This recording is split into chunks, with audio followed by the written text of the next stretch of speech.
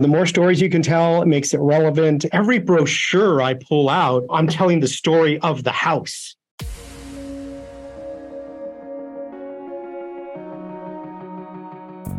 Agent Power Huddle is a daily jumpstart, giving you all the tools you need to create an amazing real estate career. Led by top experts in the field, you'll learn how to sell more houses in less time while creating the life you want. Welcome to the Agent Power Huddle. So we're going to go over today the one thing that dramatically improved this gentleman's listing presentation, but I want to give you background on who he is first. So Dave Robles, I don't know if you know this, but you're one of my longest term friends in real estate. Oh man. That makes you mine, by the way. So I'll give you guys context on who he is, because this is what I love about Dave. And what I truly respect is he's been in this industry for a long time, but it's not like he's done the same year in real estate, 25 times. He's continuously improved and innovated and changed how he does business. And really one of the most creative marketers. And so when he told me the other day, he said, "Hey, I want to break down. I've done one thing in my listing presentation lately that's just changed everything for me." I'm like, "Ooh, why don't you break this down?" So Dave Robles, welcome to Agent Power Huddle. Tell everyone where you're from, how long in the business, and we'll dive on in, man. Hey guys, Dave Robles. I'm in Los Angeles. I run a team called Think Real Estate, and I've been in business for over 30 years, which is a long time. I started when I was really young. I was like 23 years old. And I've had a few iterations of my career, I guess you could say. And today I want to talk about listing presentations specifically, because over the many years, technology has changed and resources have changed. But listing presentations seem to haven't changed a whole lot. We meet with the client, we tell them how fabulous we are, and we leave and we hope we get the listing. And this I've been doing it about a year or so, came out of frustration from a really bad experience I had at a client's home. So basically, I'll go back. There was a time when I got this giant iPad and I wanted to be the super techie agent. And I wanted my entire listing presentation to be on my big iPad. And I showed them the comps. I went over my marketing. And then when I was done, I emailed them the presentation, shook their hand and walked out. Okay. And I was struggling. I thought it was cool, but really I wasn't connecting with people. So then I decided to go the other way. Oh, as I was leaving one house, I noticed there was a stack of CMAs and listing presentations that were on the dining room table. And I wasn't leaving anything behind because I just presented everything on my iPad. So I didn't get the listing. And I was like, okay, I need to start leaving things behind. And what I used to do. So I created this lots of material that I did leave behind. And I was at a listing appointment once. And honestly, 3 hours in, I left and I thought, I wouldn't even list my house with me. That was a disaster, And sure enough, I didn't get the listing. And I thought, what am I doing? I'm just literally just verbally vomiting on these people. And I'd been in the business a long time and I knew better, but I didn't know how to structure the listing presentation so that it flowed well. I knew I wanted something that was conversational, and I knew it had to be completely unique. It had to be like nothing they've ever seen before. Like there's one thing in my listing presentation that you will not see, and I don't want to. If you use it, I get it. It's a kind of an important piece. You know that triangle that's the cost price triangle. I never use that. And the reason why is because all of you use it. It's in every single listing presentation I've ever seen, the time versus price triangle. But that's kind of just an example of not doing the things that they're going to see when they interview another agent. And we interview a lot. In other words, like people, I've been interviewed against a dozen agents. Usually the average is about 3, where they're interviewing 3 agents before they choose one. So it's a pretty competitive area here in LA. So I decided that I wanted to control the the interview as best I could. And I came up with what I call the agent interview questions. And I'm going to share my screen as well so you guys can get an idea of this. Let me pull it up here.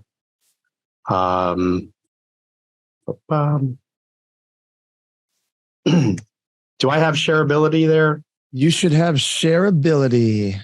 All right, let me pull it up. And by the way, guys, I'll be monitoring the chat box. So as Dave goes through this, if you have questions, you can type anything in the chat box. I'll keep an eye on it for Dave. And I love the evolution, right?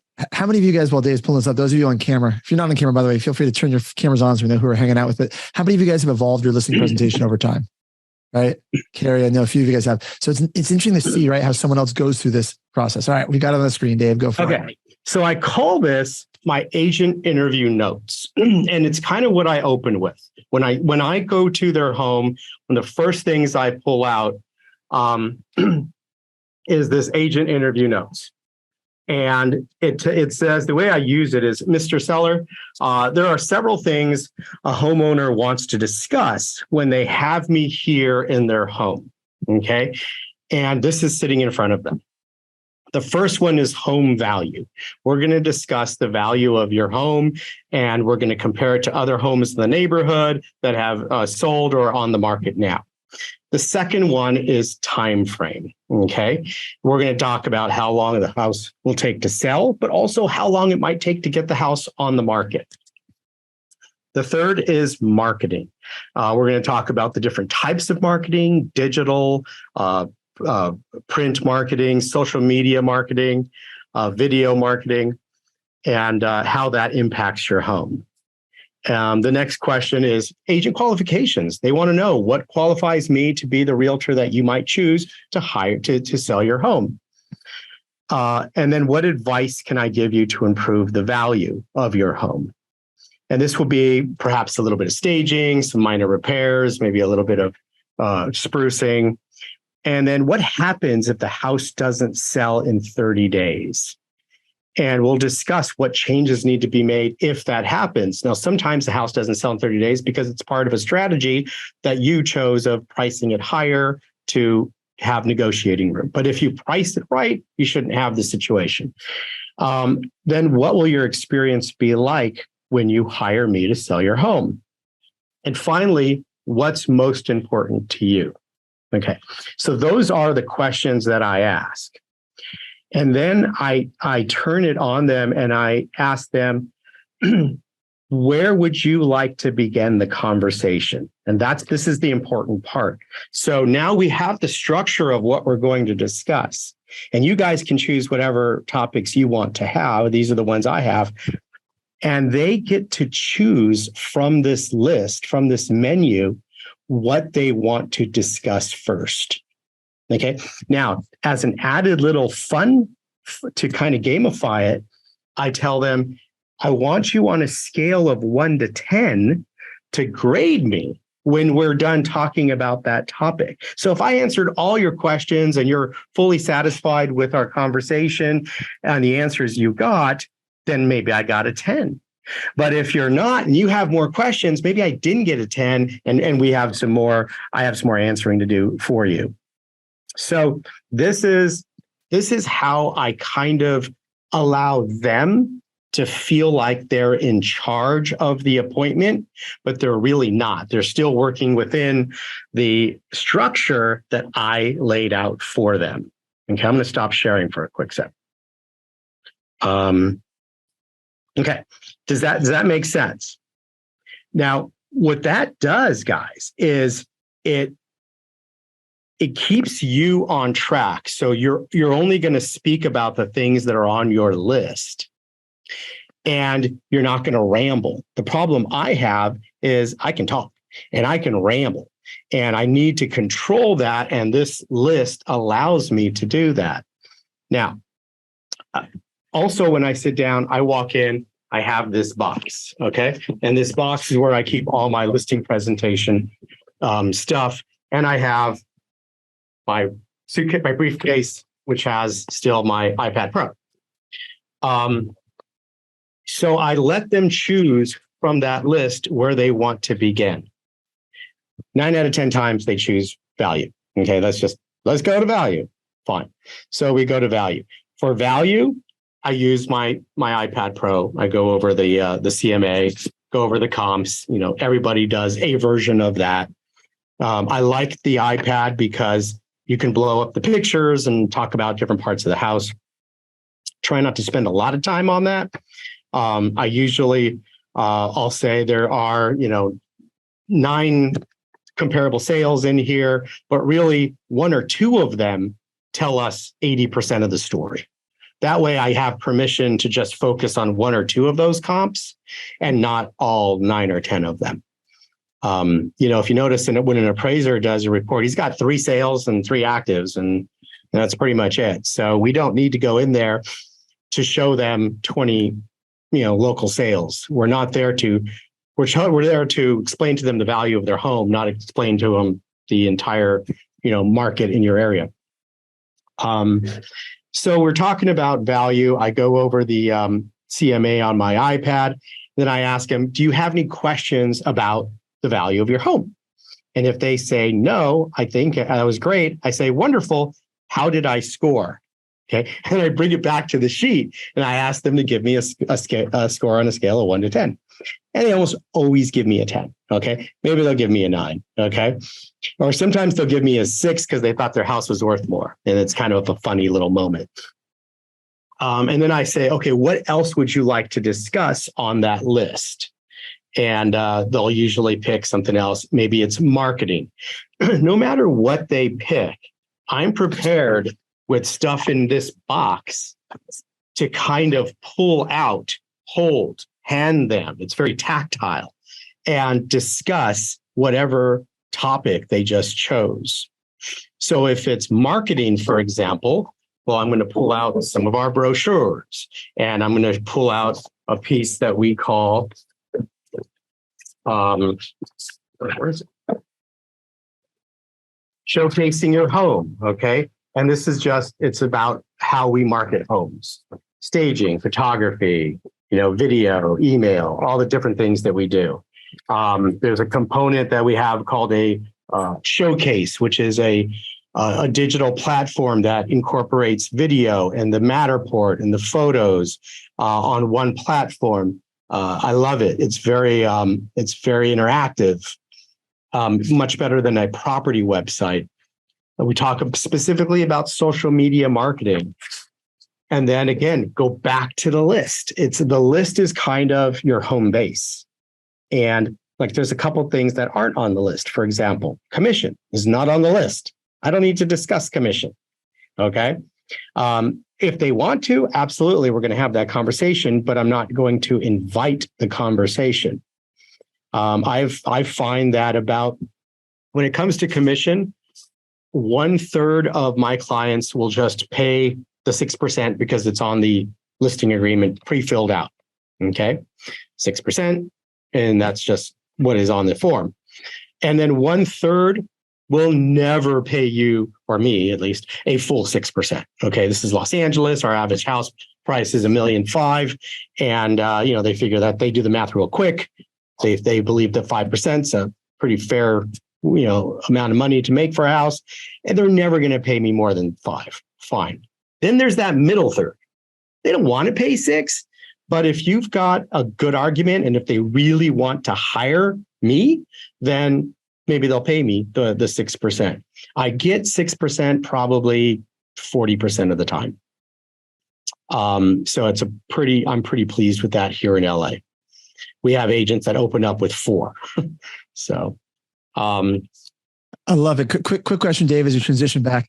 Robert's asking, how often do sellers not play along? And I'm assuming he means with the whole scoring sheet in general. Do they always go with it? Do they ever look at that and they're like, I'm not going to follow you? How does that work usually?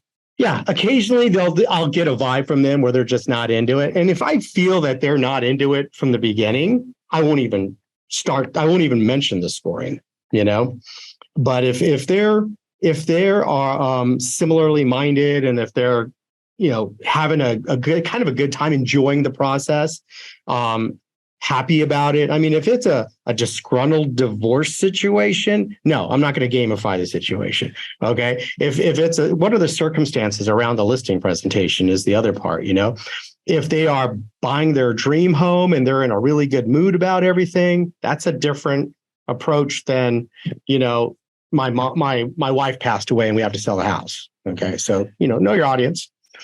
But it's not something I push on them. So let me go back to the screen share the form again.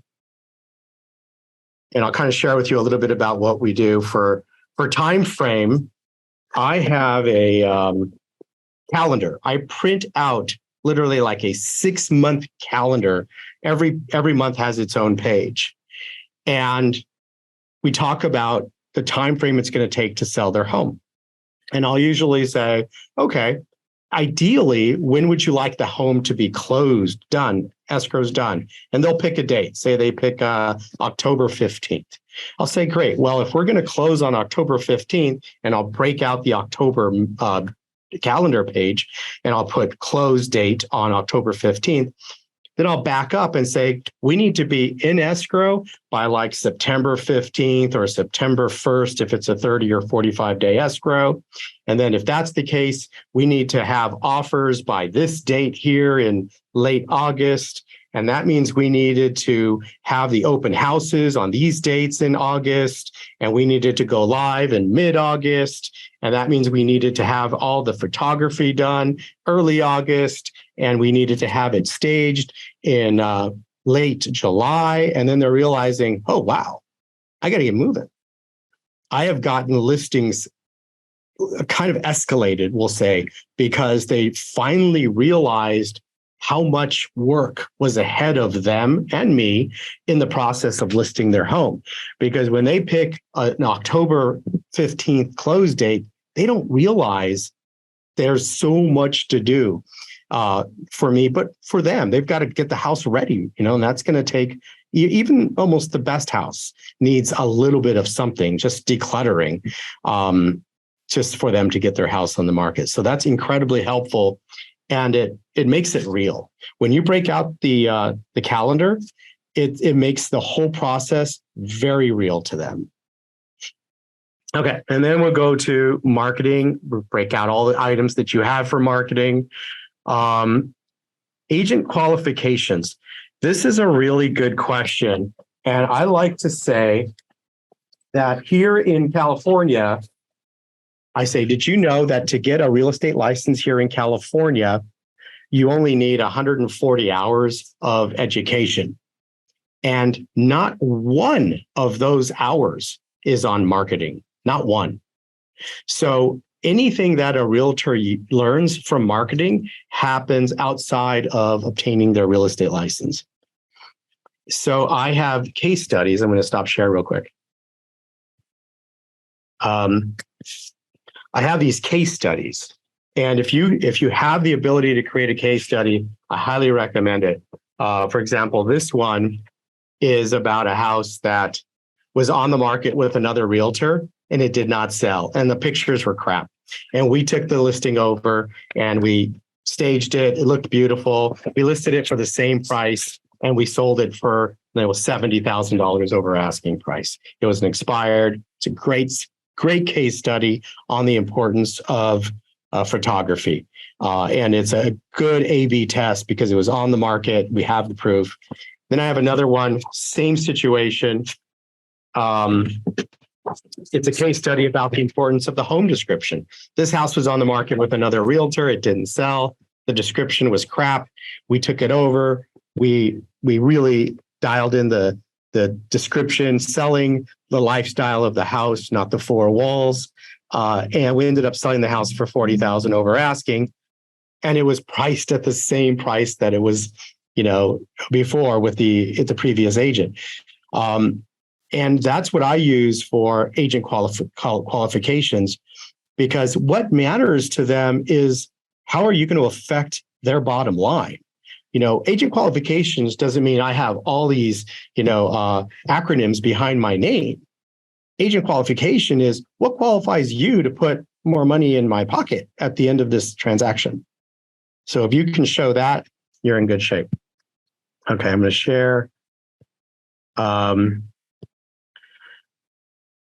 Yeah, advice to improve value. We highly recommend, if they can, if the house is vacant, painting and staging the house. That goes a long way here.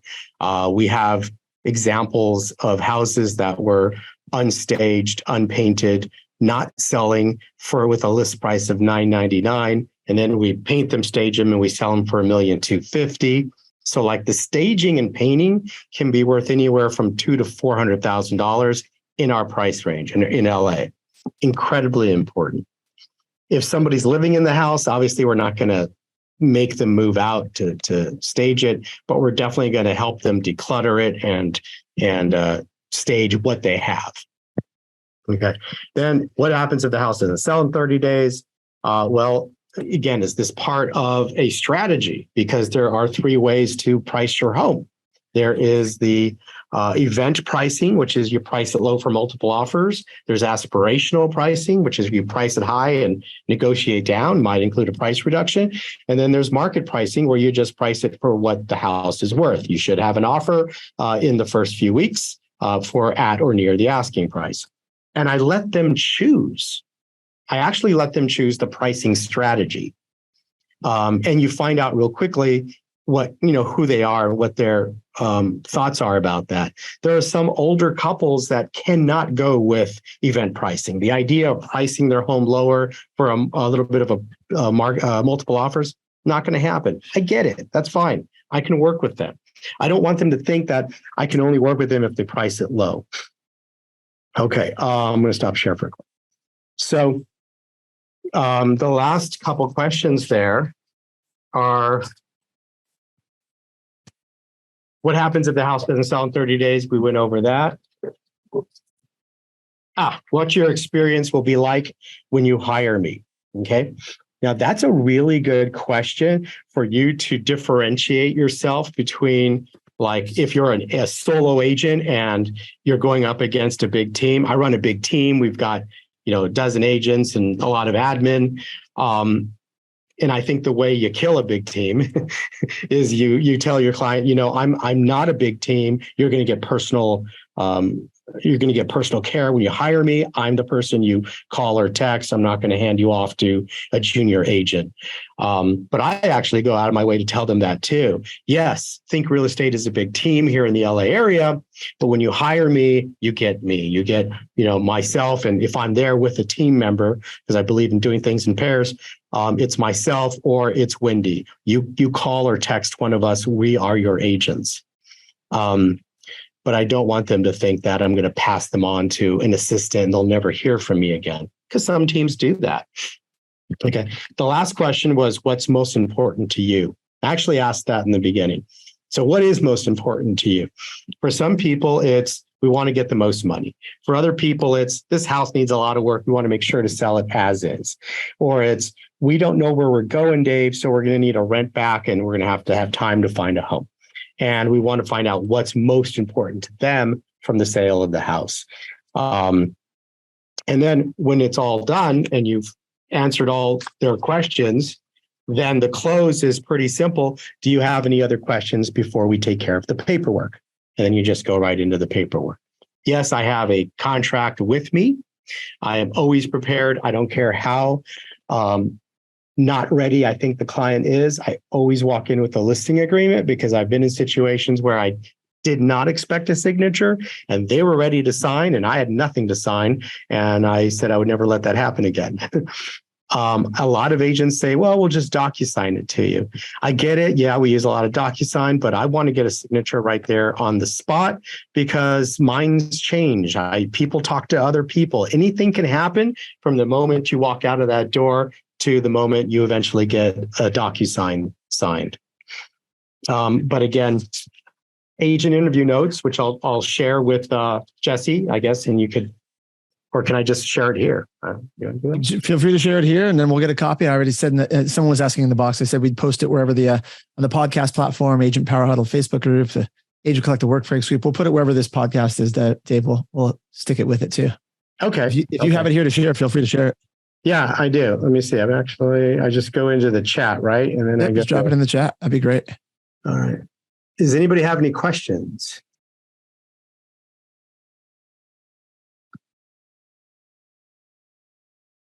I do if no one else does. Hear it. This is awesome.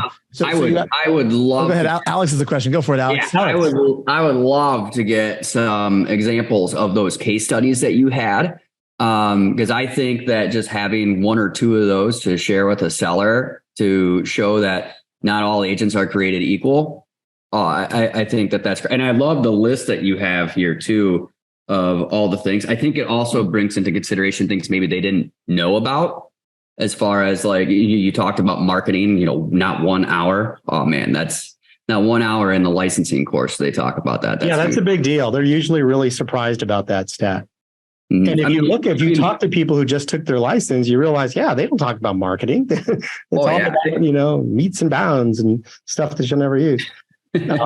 Marketing is a word that just gets thrown around in our industry. As soon as you get a real estate license, everyone thinks they're a marketing expert, and it's just not the case. But it's so true. Like we talk about social media, and I'll say, so a lot of agents think that if they take a selfie in front of your house and post it on their Facebook wall, that they're using social media to market your home. But the reality is social media, Facebook, Twitter, Instagram, YouTube are very powerful platforms. And if you know how to use them, gain great results. Here's an example of a home that we listed. And on social media, we had a tag that said, would you drive 15 minutes to save $400,000? That went viral. That went crazy when people were like, hell yeah, I would drive 15 minutes to save $400,000. And, the result on that home was 28,000 people saw it, 6,500 people viewed it, 100 people came to the open house. And we actually sold that house to a guy that didn't even know where Glendale was. The house was in Glendale. But, what are you doing? I tell my clients, there's different kinds of marketing. There's what I call vanity marketing, which is there to promote the agent, and all agents do it. But then there's real marketing that's meant to communicate with customers and draw them in and tell them a story about your home. Because we're not selling your home. We're selling the lifestyle that your home provides. And the person that buys into that lifestyle is going to pay you the most money for your home. How do we find that person? Well, social media used properly helps us find that person. And then they realize that, I'm speaking to somebody that's using all the same tools that other agents use at a higher level. Okay. And you have to have conversations with your clients that other agents are afraid to have. Like I go out of my way to say, let's talk about what happens if your home doesn't sell in 30 days. Let's brush that out. Let's get that out from under the carpet and have that conversation right now. I want them to know that I have a plan B if that happens. And everything I do is meant to be different than what other agents do and have conversations that other agents are not having. Starting with that list. Let's see. No, I think it does a great job of bringing to the forefront things that people hadn't considered, and it's a very short and narrow list. And I'm sure 90% of agents aren't going to cover anything anyways, but like of the 10% that you are competing with, I don't think the other 90% of those are going to cover those questions. And I think even just talking about, your agent qualifications, just even bringing that up, people are now like, wow, was the other agent I spoke to actually, qualified? Have they run those things? But I think it's all great stuff, and everything you said about marketing, sign me up. So thank you. And here's the last part I'll leave you with. If you're not getting the listing signed, if like they're saying, well, we're still talking to 2 other agents, I say, hey, great, keep this. And when you're meeting with the agents, be sure to ask them these questions and see how they answer them. That's called a bear trap, okay? Because the agent's not going to be prepared the way you were to answer these questions, and they're going to pale in comparison. So that's another way. These are just agent interview notes. Be sure to interview the next agent with these questions. And that helps me, again, after they interview the other agents, and I always ask them, please don't make a decision until you call me and before you make a decision. And that's what we do if we don't get the listing signed. It's so good, Dave. I love it. We're at the bottom of the hour, so we will wrap it up here, guys. But Dave, if it's okay, I think we should schedule you back again to talk more on the marketing side of things. Because you kind of threw up some of those things you do on the marketing side. I'd love to break down some of those. And this is great. I can totally see I can see how this changed your presentation. I couldn't share in the chat, but I'll send everything to you, bud. Okay. Yeah, we'll get it posted. And if people who are just listening to the podcast, if they have questions for you, if they want to connect with you, what's the best way for them to find you? I would say just give me a call, 213-712-4343, or our Instagram is Think Real Estate Group with underscores. Or you can search me on Instagram too, Dave Robles, but I'm pretty easy to find. I love it. Yeah. Robert just said in the chat box, the case studies are gold. They really are. And I never thought of calling them case studies. Like people tell stories or testimonials, but it's very different when you call it a case study. Yeah. Brilliant. Stories are great. You got to, the more stories you can tell, it makes it relevant. Every brochure I pull out, I'm telling the story of the house, how the person came from calling me to selling their house. So there's a story behind every brochure. So good. Have a wonderful day, guys. Enjoy yourself. Dave, thanks so much. This is great. Take care. See you guys tomorrow. I'll be here with Linnea with Power Tips on Friday, and we'll see you guys. Have a wonderful day. Bye, everybody. Bye. Bye. Thank you. If you'd like more information or to get connected to the Agent Power Huddle, join our free Facebook group. This call was designed for the agents in our EXP organization, but open to any agent from any brokerage. If you're a guest and you're interested in learning more about EXP or our specific resources within the Agent Collective, reach out to the person who invited you to this call to get more info. Produced by the Agent Collective Media Network.